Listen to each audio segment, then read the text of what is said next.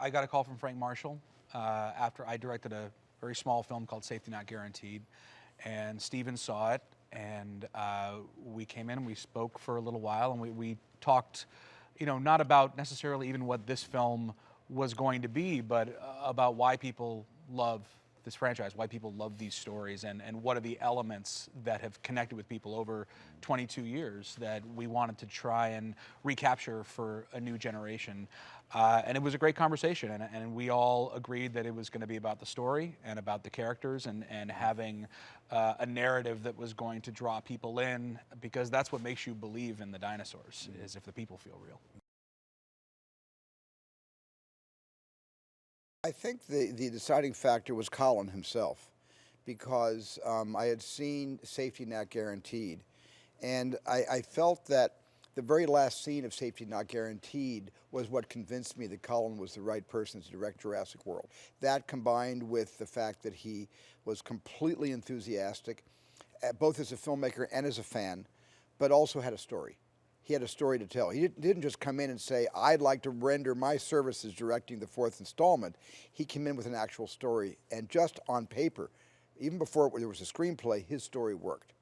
But when I say the last scene in Safety Not Guaranteed, the film could have stayed a small movie up until the last, literally, 45 seconds. It could have stayed a very small, independent Sundance film. But he took a leap of faith with the audience and those characters that we weren't believing knew what they were talking about. And when this character that you doubted for most of the film suddenly proves to all of us that we were wrong and he's right, Colin stepped into the mainstream, the commercial mainstream.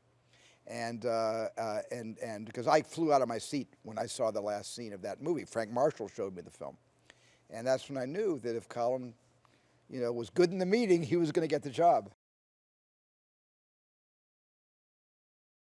Well, initially, there were a couple elements that were there when we showed up, and Steven had the idea to make it a fully functioning theme park, and we thought that was incredible. I really felt like we should enter this park through the eyes of a child, which we do in the film, because that's what we are when we think of a fully functioning Jurassic Park.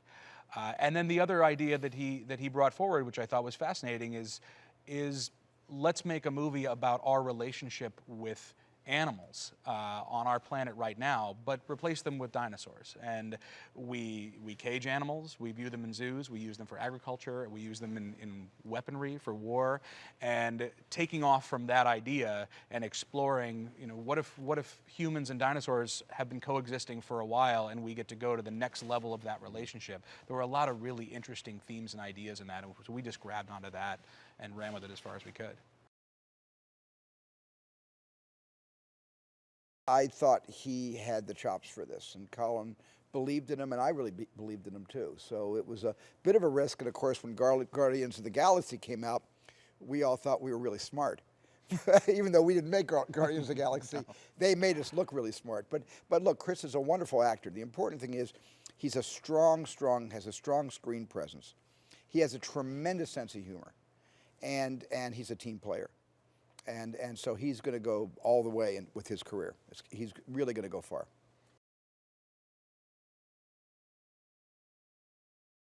What was difficult was making it feel as grounded in a science as possible, because that's one of the things that these movies have subsisted on forever, is that it felt that even though it was sci-fi, it was based in some science that was happening around us. And right now, I'm sure a lot of people have dogs that are hybrids of various breeds, and it's something that we know. And we thought we could take that and build it into something fearsome that had certain attributes from various animals that would have been incorporated into it. And one of the other advantages that we had is because this park isn't entirely reliant on mosquitoes anymore, we were able to have an underwater reptile that was a new addition to this film. And I remember, I think it was you in person, I showed you this image of the mosasaurus coming out of the water and eating a shark. And I kind of realized in the moment, oh God, he's eating a shark. Is Steven going to think that I'm making some kind of statement about Jaws here? And I wasn't. And you were on board with it. And I think that the idea of of creating something new that is going to eat one of the most fearsome predators that we know on our planet for lunch was exciting. And so we tried to tie these animals into animals that we know as much as possible. Right. I didn't feel like we reinvented them. They're still dangerous predators. Right. And we found this balance. We found, there was this character, and this was an idea that Stephen had actually a long time ago in this process, to have someone who has a relationship with these fearsome predators in the same way that there's guys out in Africa who will stick their heads in the mouths of lions. And we watch these YouTube videos of these guys, and they seem insane, and it was fun to put a little bit of, someone's kind of crazy to do that, and it makes them a little more interesting. And look, I mean, the raptors certainly aren't entirely friendly at the beginning, middle, or the end of this movie, and we certainly didn't want to defang them in any way. Right. We just wanted to take this relationship that had been evolving over all three pictures to the next level. I was excited to be there. I think and everyone, Chris Pratt and Bryce Dallas Howard, Ty Simpkins, who's the biggest Jurassic Park fan you're going to find, to be able to be surrounded by people who were so thrilled. They knew it was a special time. They knew it was a special moment in their careers and just in their lives as movie fans. And that was, that spirit that we had on set, I think, is infused into the movie, and you can feel it. And it's something that I can imagine, Steven's other films were like, because I can feel it in those movies. I showed my son Raiders of the Lost Ark this weekend for the first time, and there's an infectious energy in that movie. And the things that I love about Steven's films is it just makes you feel like you want to be on that adventure with those characters. And I don't think it just applies to big adventures. I'd apply it to my own first film. I want to be in the back seat of that SUV as they're going to find a guy who maybe can travel through time. And the ability to create a group of actors who has that energy, I know it transfers to the screen. I know you feel it.